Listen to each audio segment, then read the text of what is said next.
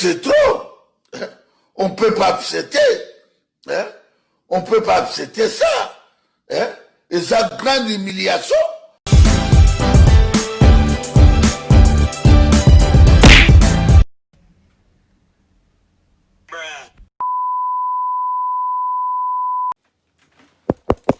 Story time. Story time.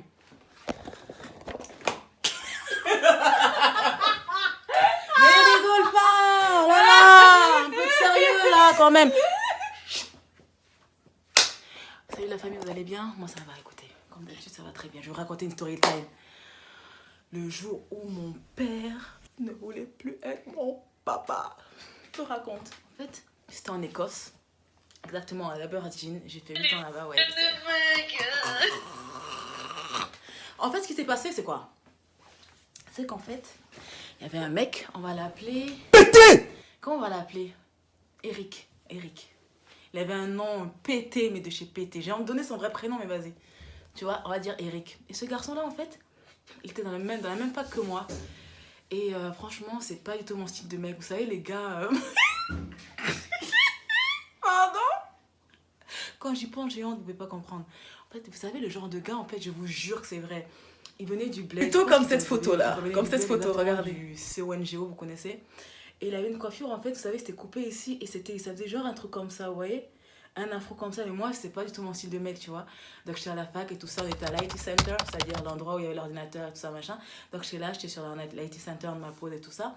Et le gars, il me regardait, moi, j'en avais rien à foutre, tu vois. Et après, moi, je faisais hi. Après, il me fait bonjour. Je dis bon, bonjour. Après, je me suis mis loin. Vous allez fuir. Et le gars, je le Vous voyais, attendez, regardait, vous allez fuir. Franchement, c'est pas du tout mon style de mec, mais vraiment pas, quoi. Putain, merde. Bref. Et ce gars-là, en fait, il s'avère que c'était un Congolais comme moi. Et voilà, quoi. Et le gars, je rigole parce que quand j'y pense, j'ai tellement... Bref, passons au sujet. Et le gars, en fait, au fur et à mesure, je dis toujours bonjour, une fille polie, bien éduquée.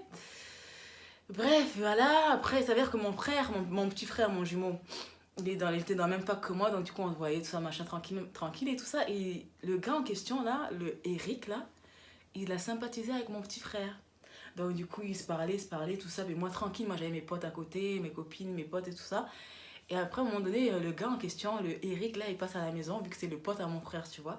Et le gars faisait comprendre, en fait, qu'il était intéressé par moi, mais mon frère, grand, jaloux, grand... Et du coup, le gars, il est passé à la maison et tout ça, machin, il me voyait, mais moi, j'en avais rien à foutre, franchement, il m'intéressait pas du tout, machin. Après, il avait fait comprendre à mon frère qu'il était intéressé par moi, mais mon frère, il disait, non, mais c'est moi, vous touchez pas ma soeur, rien à foutre, vous touchez pas ma soeur. Donc, et tout ça, machin. Puis un jour, mon frère, je sais pas où est-ce qu'il était parti, tout ça, mais il était toujours à la maison, mais il était parti, peut-être sorti, je sais pas, moi, quelque part. Et le gars, il me faisait comprendre qu'il était intéressé par moi, mais moi, je dis, mais ouais, ok, cool, mais. Mon gars, mais. Non, en fait. Non, mais ça va pas ou quoi? Non, mais je fais la valise alors qu'après, j'ai fini par sortir avec lui, mais. Ouais, non, ça va pas. Après, le gars dit, ouais, franchement, je t'aime. Moi, j'aime pas que les gars me disent je t'aime au premier abord. Dans ce moment, tu me plais pas, je t'aime, mais vas-y, ta gueule, en fait. Pardon, chute, en fait. Donc voilà, il me dit machin. Après, je dis non, vraiment, je suis pas intéressée. Il me dit oui, laisse-moi une chance et tout ça. Le gars, il pleurait, il me faisait comprendre qu'il était intéressé par moi. Et après, quand il faisait ça, franchement, je culpabilisais. Je me suis dit, mais pour qui je me prends, en fait? Il a le droit d'avoir sa chance. Voilà, donc du coup, qu'est-ce qui s'est passé? On est sortis ensemble. Ah! Oh là là, pardon. Mais j'ai honte. On est sortis ensemble. Franchement, au début, il était ultra mignon, tout ça, machin, tu vois. Et puis moi, c'est-à-dire que quand je suis avec une personne, déjà que je suis plus jeune, moi, j'aimais trop les High School Musical, les trucs comme ça, vous voyez. Les trucs à l'eau de rose, tu vois. Il y a la musique, quand tu l'embrasses, t'entends la musique, des oiseaux qui papillonnent, là. Après,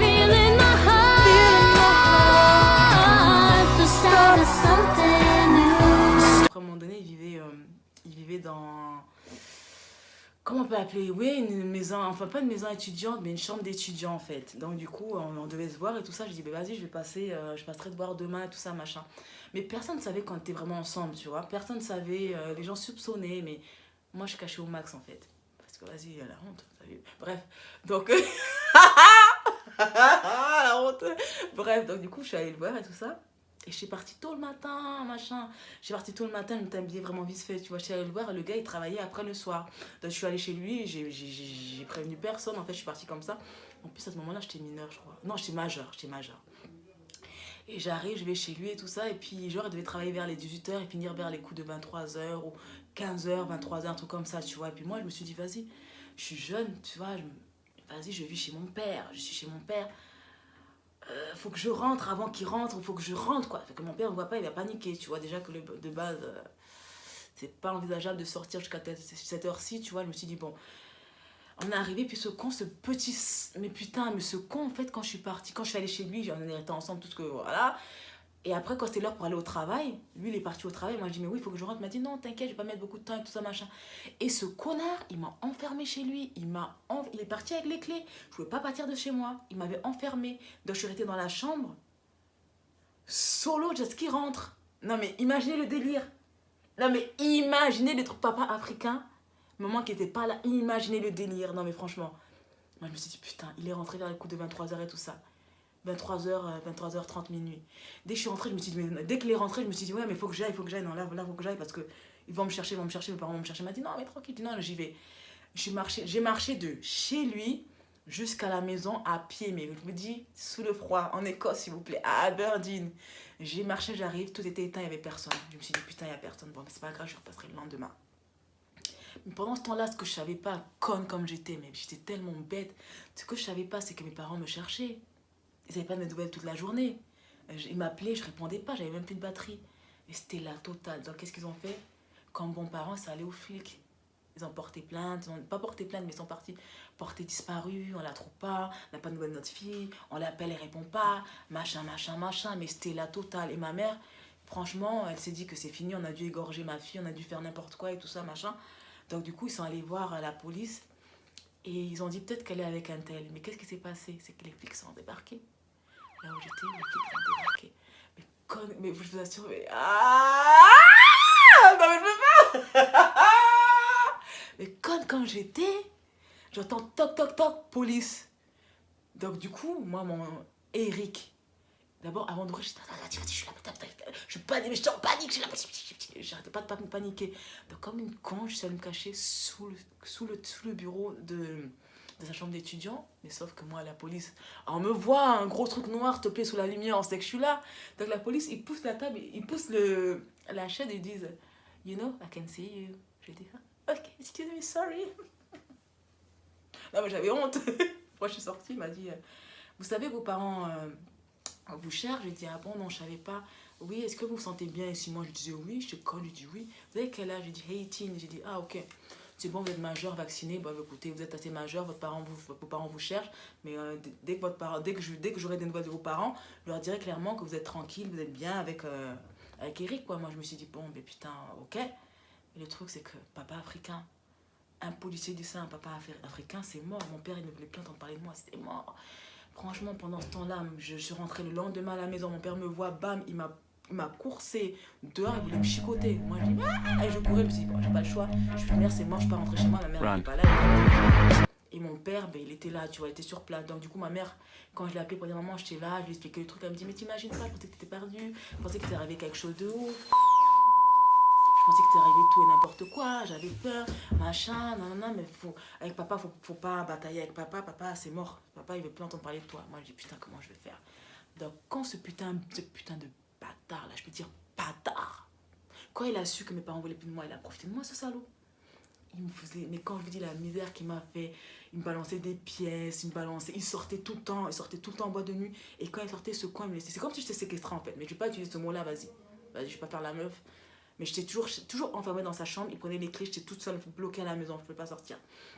Il sortait, il allait en boîte de nuit. Il s'avère qu'en boîte de nuit, ben, monsieur, il me trompait à tout va. Mais mon frère, il savait maintenant au final que j'étais avec le gars là. Il sortait avec mon frère, le gars, il sortait avec d'autres filles, il emportait d'autres filles, plus avec d'autres filles. Après, il venait tranquillement, quoi. Moi, je disais, mais non, c'est mort. Mais le gars, non, mais franchement, je vous assure, j'ai passé un enfer avec lui. Il m'a insulté, il me disait, mais regarde toi, machin, toi, tes parents, ils te partent, tu dis rien, mais regarde ton frère, lui se défend, il ouvre sa bouche, toi, tu te laisses faire, t'as même pas honte. Franchement, il faisait tout, mettait trop dans ma tête. Moi, je me suis dit, mais c'est mort, en fait. Je priais le bon Dieu pour retourner chez moi. À un moment donné, j'étais là comme ça, je me dis, je prie le bon Dieu. Je vous assure que le gars m'a foutu la misère. Après, il me dit, regarde, après, il me parlait d'une copine à moi, il me dit, regarde, elle, comment elle s'habille, elle met des talents, mais moi, j'étais gros, mon garçon manqué, vraiment, je mettais des baskets. Voilà, je sais pas comme j'étais maintenant. Non, mais regardez, s'il vous plaît. Non, mais allô, quoi. Non, mais regardez, quoi. Voilà. J'étais pas comme ça, je mettais pas de robe, voilà. Et voilà, il les a regardés commenter, il me dénigrait. Moi j'en avais rien à foutre, il me dénigrait, tout ça. C'est à ce moment-là que je suis partie à l'église, je priais, jusqu'au jour où je me dis, faut que j'appelle mon père. J'appelle mon père, il voyait mon numéro et il décrochait pas. Donc j'ai appelé un numéro masqué. Je lui ai dit, allô papa.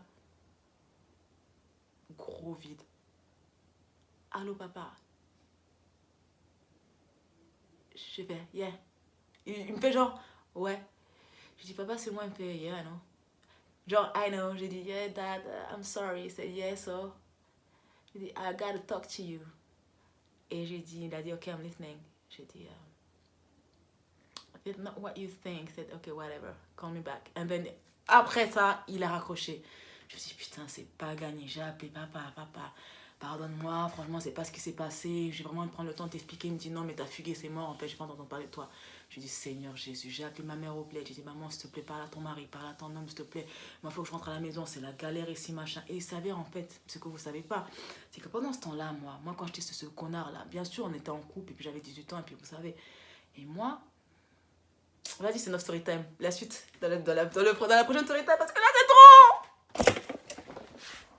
Et vous, là, vous aurez pu me dire que j'ai pas dit au revoir, les bonnes manières quand même. Allez, bisous. Toujours dans les dérangements. Ah, c'est compliqué. Va là-bas!